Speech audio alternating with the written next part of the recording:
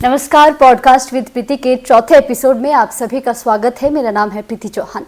दोस्तों, आज खास मेहमान के रूप में हमारे साथ senior superintendent of police district Sirmaur IPS Raman Kumar Meena ji हैं और मैं समझती हूं कि हमारे यंगस्टर्स के लिए ये इंटरव्यू बहुत ही खास, बहुत ही इंपॉर्टेंट रहने वाला है, तो हमारे साथ अंत तक बने रहें। सर, सबसे पहले मैं आपका थैंक्स करती हूँ कि आपने इतना बिजी होने के बाद भी हमें समय दिया है। थैंक यू प्रीति। तो सर, क्योंकि आप जो है वो रेगिस्तानी इलाका राजस्थान से आते हैं, यहाँ पर बिल्कुल अलग पहाड़ों की रानी शिमला जैसे हिमाचल प्रदेश में आप आए हैं, तो मैं समझती हूँ कि स्टार्टिंग से हम शुरुआत करते हैं कि आपकी शुरुआती शिक्षा दीक्षा कैसे, कहाँ से हुई है, यहाँ तक का सफ़र आपका कैसे रहा है। आप शुरुआत से थोड़ा सा बताएं, उसके बाद मैं आगे आपसे सवाल करती रहूँगी। जी प्रीति, सबसे पहले तो मैं आपको क्योंकि इस पॉडकास्ट के जरिए क्योंकि कुछ छवियाँ ऐसी बनी होती हैं किसी एक राज्य के लिए, प्रदेश के लिए, तो मैं ये बताना चाहूँगा कि पूरा राजस्थान रेगिस्तान नहीं है। यस। मैं जिस इलाके से आता हूँ वो लश ग्रीन, पहाड़ियाँ, बहुत डाइवर्स है। जी जी बिल्कुल। और ये मैं मानता हूँ बड़ी अच्छी बात है कि राजस्थान में रेगिस्तान भी है तो पहाड़ भी हैं, झीलों की नगरी उदयपुर भी है, इसीलिए उसे शायद भारत का दिल भी कहा जाता है। डिफरेंट कल्चर, सब कुछ। तो जो मेरी जर्नी है राजस्थान से हिमाचल तक की, मेरी जो एजुकेशन है वो बीकानेर से हुई। वो बिल्कुल जो था रेगिस्तान है उसका पार्ट है। मेरा जो नेटिव प्लेस है, जो मेरा गृह जिला है वो अलवर है, वो पूर्वी राजस्थान में है। तो शुरू से ही जो अपना क्षेत्र है वहाँ से मैं लगभग 5 किलोमीटर दूर बीकानेर पड़ता है, वहाँ एजुकेशन हुई पूरी। उसके बाद मैं जयपुर आया। जयपुर आने के बाद मैं यूपीएससी की तैयारी और बाकी अपनी पूरी पढ़ाई करी।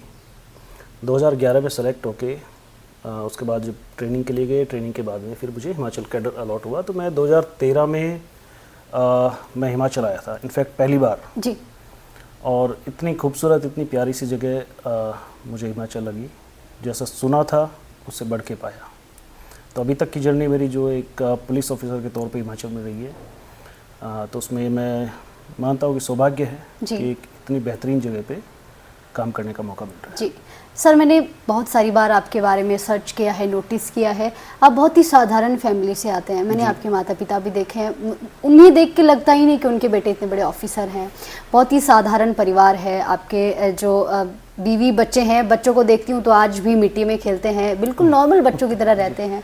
तो आपका फैमिली बैकग्राउंड कैसे रहा है, माता पिता का आपके लिए कितना संघर्ष रहा है कि आज भी वो ज़मीन से जुड़े हुए हैं?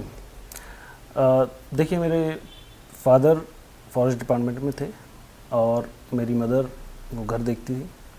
साथ ही साथ जो हमारी ज़मीनें हैं, खेती बाड़ी है, काफ़ी अच्छी है बाय गॉड ग्रेस, तो वो सब भी संभालना, तो उसके ज़रिए गांव आना जाना, वो हम ऐसा नहीं है कि बीकानेर में ही पूरे टाइम रहते थे, गांव जाना बहुत ज़्यादा होता था। जुड़ाव भी था उन खेतों से, उस जगह से।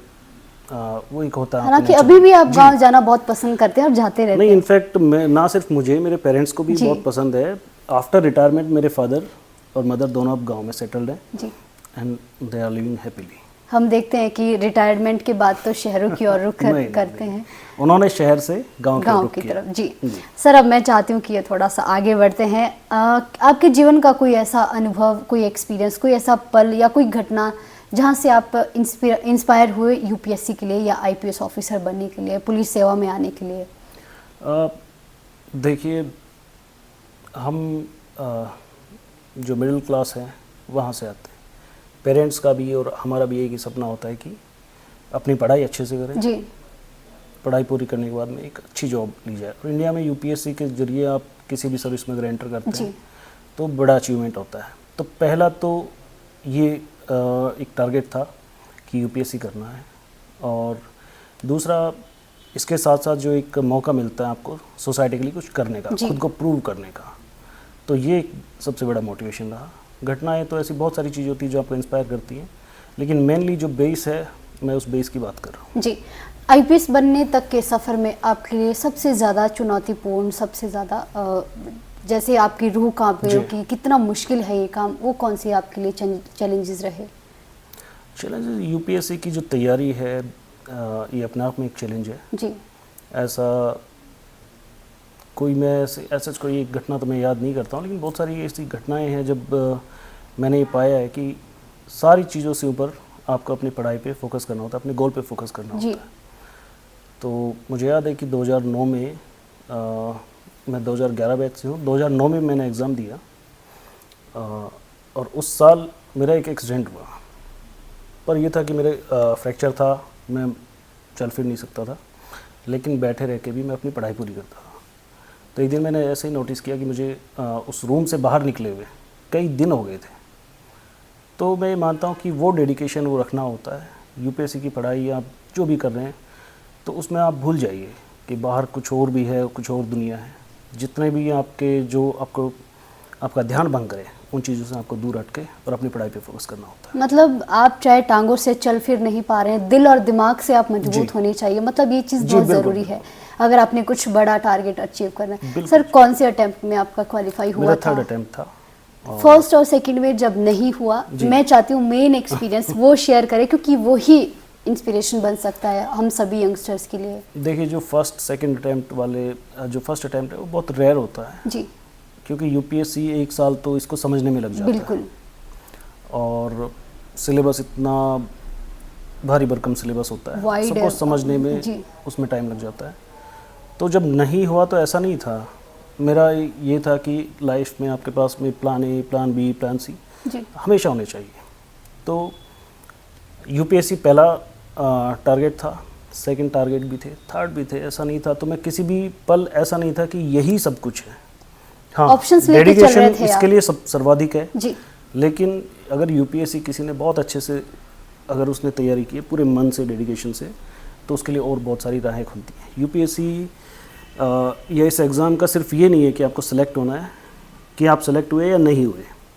जितना नॉलेज, जितना आपका एक्सपोजर मिलता है इस तैयारी में, वो आपको लाइफ में कभी हारने नहीं देता, बशर्ते कि आपने वो तैयारी बहुत अच्छे से की हो।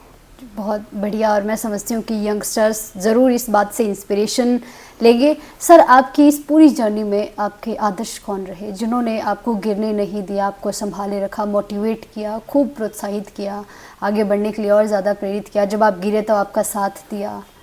देखिए, ये जो क्वेश्चन है इसका मेरे ख्याल से हर किसी के लिए एक ही जवाब होता है कि वो आपकी फैमिली होती है। जी। वो फैमिली होती है, और वो पिता होता है जो आपका वो खर्चा उठा रहे हैं। वो फैमिली होती है जिसके सपने आपसे साझा हैं। और अगर आप नहीं भी सिलेक्ट होते हैं, आप गिरते भी हैं, तो वो फैमिली आपके साथ मजबूती से खड़ी होती है। तो हर किसी को इस चीज़ को कंसिडर करना चाहिए। जी सर, आजकल हम देखते हैं कि मान के चलो कि हम दिल्ली यूपीएससी की तैयारी करने के लिए चले गए, हमारा नहीं हो रहा है, फर्स्ट में नहीं हुआ, सेकंड में नहीं हुआ, फैमिली का प्रेशर बढ़ जाता है और दूसरी तरफ फिर बच्चे सुसाइडल थॉट्स मन में आते हैं, कुछ ऐसा कर देते हैं। तो वो चीज़ें कहाँ तक सही है, या क्या करे बच्चा उस स्थिति में, क्या ये करे? चीज़ें बिल्कुल घर का भी गलत है। प्रेशर, खासकर लड़कों के लिए तो आपने देखा होगा कि उम्र भी बढ़ती है, शादी भी करनी है और ज़्यादा रिस्पॉन्सिबिलिटीज़ बढ़ जाती है। तो ऐसे में क्या करें? मैं ये कहना चाहूँगा ऐसे मामलों में कि कोई भी चीज़ इस दुनिया में जीवन से बढ़ के नहीं है। किसी का भी जीवन हो, उससे बढ़ के कुछ भी नहीं है। जी।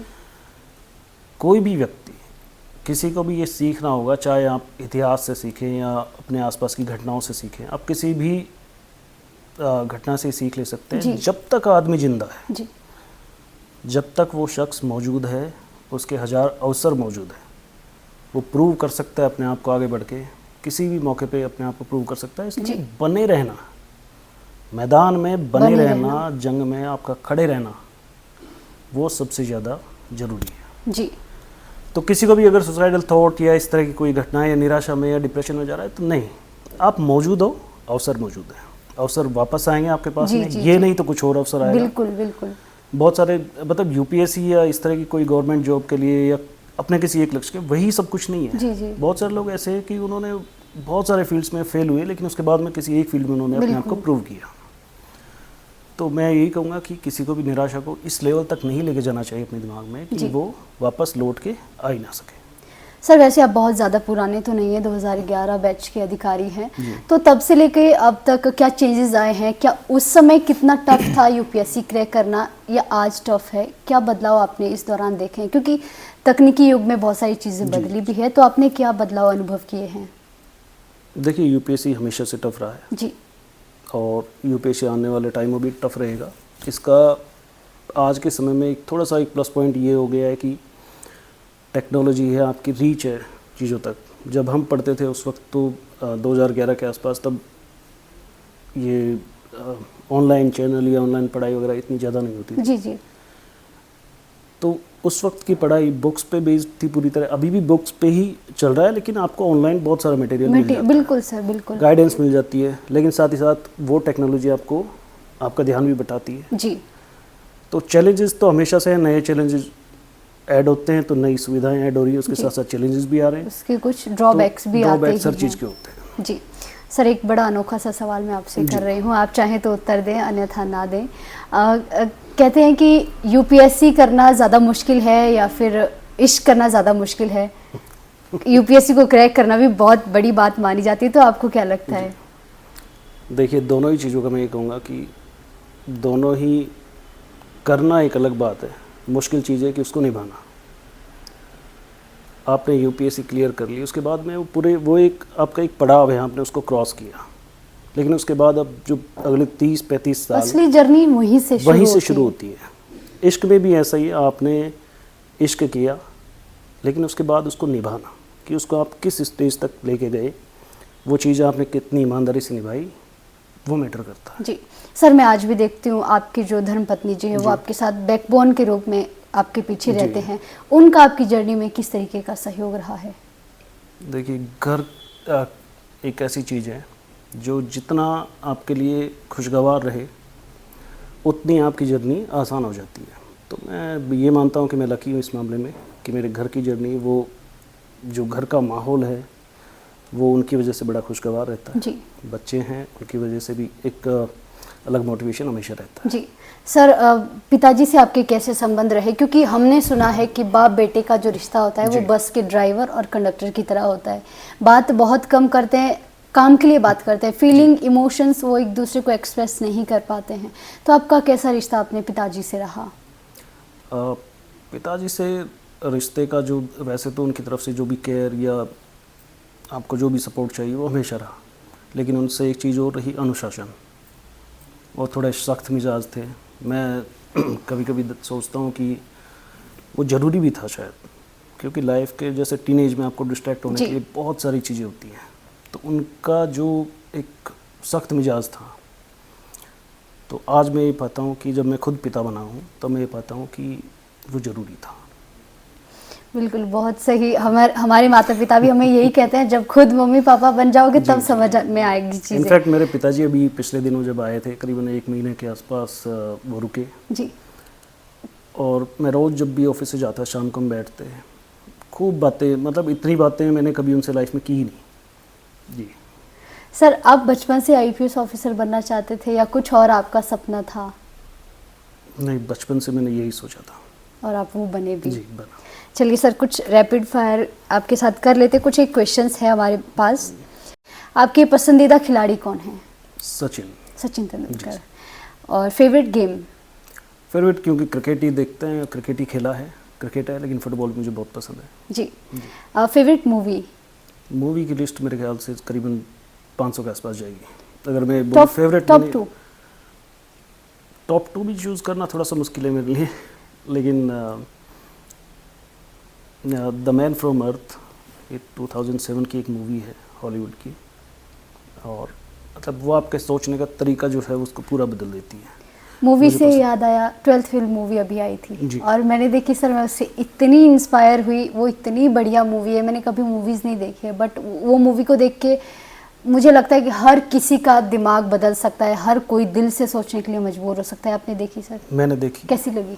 बेहतरीन मूवी है, बहुत ही बढ़िया मूवी है, और सीखने के लिए बहुत चीज़ें मिलती है। सीखने के लिए है, साथ ही साथ ऐसे लगता है कि आपकी जर्नी रिवाइंड हो रही है, उसके साथ आप रिलेट कर पा रहे थे कहीं ना कहीं, क्योंकि हर मिडिल क्लास जो भी स्टूडेंट रहा है उस दौर में, या जिसने यूपीएससी का एग्ज़ाम लिखा है, क्लियर करने का नहीं कह रहा हूँ जी, ये तो चलो किस्मत की बात होती है, आपकी मेहनत भी है, किस्मत भी है, लेकिन जिस किसी भी शख्स ने यूपीएससी को उस वक्त, उस दौर में या आज भी उतनी शिद्दत से तैयार किया होगी, उसकी तैयारी की है, तो वो रिलेट कर सकता है। हमने उसमें देखा जिस तरह से मनोज कुमार शर्मा जी को श्रद्धा का साथ मिला, जिस तरीके से वो दोनों आगे बढ़े, दोनों आज अधिकारी हैं बतौर। Favourite singer? फेवरेट सिंगर की भी लिस्ट बहुत बड़ी है, मुझे म्यूज़िक पसंद है। और किस तरीके का संगीत पसंद है सर आपको सुनना? फोक, जो फोक भी, या फिर मतलब कोई मैं सारे बॉलीवुड, तरह का बॉलीवुड? म्यूज़िक सुनता हूँ। Favourite actor? Actor Balraj Sahni. एक और most important question, what makes you angry? सबसे ज़्यादा गुस्सा आपको कब आता है? मुझे गुस्सा, वैसे तो आप सर शांत नहीं। स्वभाव के दिखते हैं, शायद कम आता होगा, लेकिन जो शांत होते हैं उन्हें जब जी। आता है गुस्सा तो ऐसा आता है कि कुछ भी गलत होते हुए जब देखते हैं और जिसमें ये पाते हैं कि हाँ किसी के साथ गलत हो रहा है, तो उस पर वो चीज़ गुस्सा मुझे आता ही आता है। दो ऑप्शन है आपके पास, रीडिंग बुक्स और एक्सप्लोर द नेचर। बहुत ऑप्शन में दूंगा ही नहीं इसमें। चलिए कंक्लूड करते हैं सर, आपसे बहुत सारी बातें हुई है। मैं चाहती हूँ यंगस्टर्स के लिए आप एक मैसेज दें, क्योंकि ज़िला सिरमौर के मुखिया के रूप में आप यहाँ पर काम करते हैं और नशे का निवारण के लिए आपने बहुत ही अच्छा काम किया है। इसके लिए आप और आपकी पूरी टीम बधाई की पात्र है। हालांकि पुलिस की कभी शायद आज तक किसी ने पीठ नहीं थपथपाई है, इसके मुझे नहीं पता सर क्या कारण है, बट मैं समझती हूँ कि जहाँ जो अच्छा काम कर रहे हैं उनका अप्रिसिएशन भी बहुत ज़रूरी है। ऐसा नहीं होता है पुलिस महकमे के लिए हमेशा ही मतलब बदनाम ही किया जाता है इस महकमे के लिए, बट आप बधाई के पात्र हैं। आपकी पूरी टीम ज़िला सिरमौर में लगातार जो है वो बेहतरीन हम कर रहे हैं। तो आप क्या मैसेज यंगस्टर्स को देना चाहते हैं, खासतौर पर नशे के निवारण के नशे को लिए? लेके मैं ना सिर्फ नशे को लेके, ट्रैफिक को लेके या जीवन के किसी भी फील्ड में, जी। जब यूथ को, जो युवा है उसको अपने जीवन की कीमत समझनी होगी। सोसाइटी को भी समझनी होगी कि यूथ की कीमत क्या है। अगली जो जनरेशन आ रही है वो फ्यूचर है देश का। मैं बहुत सारी ऐसी फैमिलीज़ को देखता हूँ जिनके बच्चे नशे के उसमें गर्त में चले गए। फैमिलीज़ को भी अवेयर होना पड़ेगा, यूथ को समझना पड़ेगा कि ये चीज़ किसी के लिए भी घातक है। वो जीवन को इतना कट शॉर्ट कर देती है कि कोई भी इसको 2-4 साल से अधिक झेल नहीं पा रहा है। बहुत सारे यूथ में, इसके अलावा जो दूसरी समस्या आती है कि एक्सीडेंट्स में जा रहे हैं जी। अधिकतर संख्या उनमें यूथ्स की है। तो बाइक पे या किसी भी व्हीकल में अपनी वहाँ बहादुरी दिखाना वो कोई बहादुरी है भी नहीं, दरअसल वो बेवकूफ़ी है। जी। तो उससे भी बच के रहें। साथ ही साथ जीवन में अपना लक्ष्य तय करें, उस लक्ष्य की ओर पूरी मेहनत के साथ बढ़ें। ज़िंदगी को ये लंबी पारी की तरह खेलें, टेस्ट मैच की तरह खेलें, T20 की तरह आपको नहीं जाना है। जी। जितना आप इस जीवन को लंबा खेलने की कोशिश करेंगे उतने ही आपके पास में अवसर होंगे, उतना ही ज़्यादा आप इसमें हासिल करने के लिए आपके पास में चीज़ें होगी।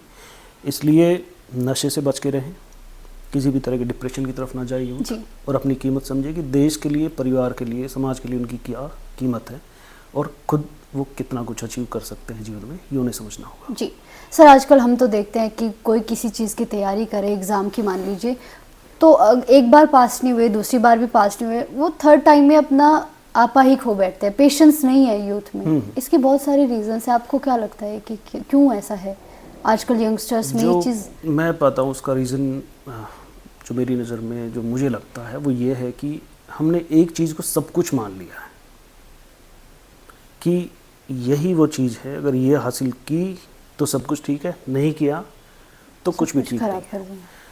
आज जिस हिसाब से हमारी कंट्री ग्रो कर रही है, मतलब जब हम छोटे थे, आप लोग तो मुझसे काफ़ी छोटे हैं, उस वक्त कारें भी बड़ी रेयर होती थी, मतलब हार्डली किसी के पास कोई कार है। आज जब कंट्री में लोगों के पास अच्छे मकान हैं, कारें आ रही हैं, लोग ग्रो कर रहे हैं, लोग डेवलप कर रहे हैं कंट्री को, लोग खुद को भी अच्छी स्थिति में लेके जा रहे हैं, तो आने वाले समय में बहुत सारे अवसर हैं। भारत जो ये देश है ये अवसरों की भूमि है आने वाले समय में। यूथ को ये समझना होगा कि सिर्फ कोई एक सरकारी नौकरी या कोई एक चीज़ ही सब कुछ नहीं है। अभी ये अवसरों की भूमि है भारत, आपके लिए बहुत सारी चीज़ें आनी हैं, तो एक दो प्रयासों से निराश ना हो, साथ ही साथ अपने कई प्लान लेके चलें और फोकस करके चलें। ऐसा नहीं है कि एक चीज़ नहीं मिली तो दुनिया ख़त्म हो जाएगी, हो सकता है कि आपको और 1000 चीज़ें मिलें। जी सर, एक क्वेश्चन हमारी ऑडियंस की तरफ से आपसे कि आईपीएस ऑफिसर कैसे बने आपकी तरह?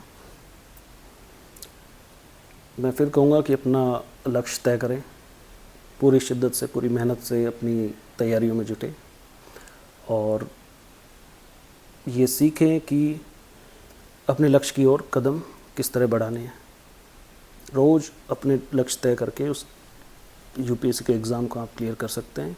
ये कोई रेस की तरह नहीं है, इसमें आपको एक धीमा चलना होगा, समझना होगा चीज़ों को, क्या पढ़ना है उससे ज़्यादा ज़रूरी है, क्या नहीं पढ़ना है उसको भी आप समझें। जो चीज़ें आपको डिस्ट्रैक्ट करें, आपका मन भटकाएं, उनसे बच के चलें। और मैं मानता हूँ कि ज़्यादा समय नहीं लगेगा, आप अपने लक्ष्य पा लेंगे। चलिए सर, बहुत बहुत शुक्रिया, आपसे बहुत सारी बातें हुई, बहुत बहुत धन्यवाद, आपने आज हमें समय दिया है। तो दोस्तों, इस एपिसोड को यहीं पर ख़त्म करते हैं और मैं उम्मीद करती हूँ आप सभी से कि आप इस एपिसोड को देख करके ज़रूर इंस्पायर होंगे और बहुत सारी चीज़ें सीखेंगे और उसे अपने जीवन में उतारेंगे। तो अभी के लिए फ़िलहाल इतना ही, आपसे जल्द मिलती हूँ नई शख्सियत के साथ। नमस्कार।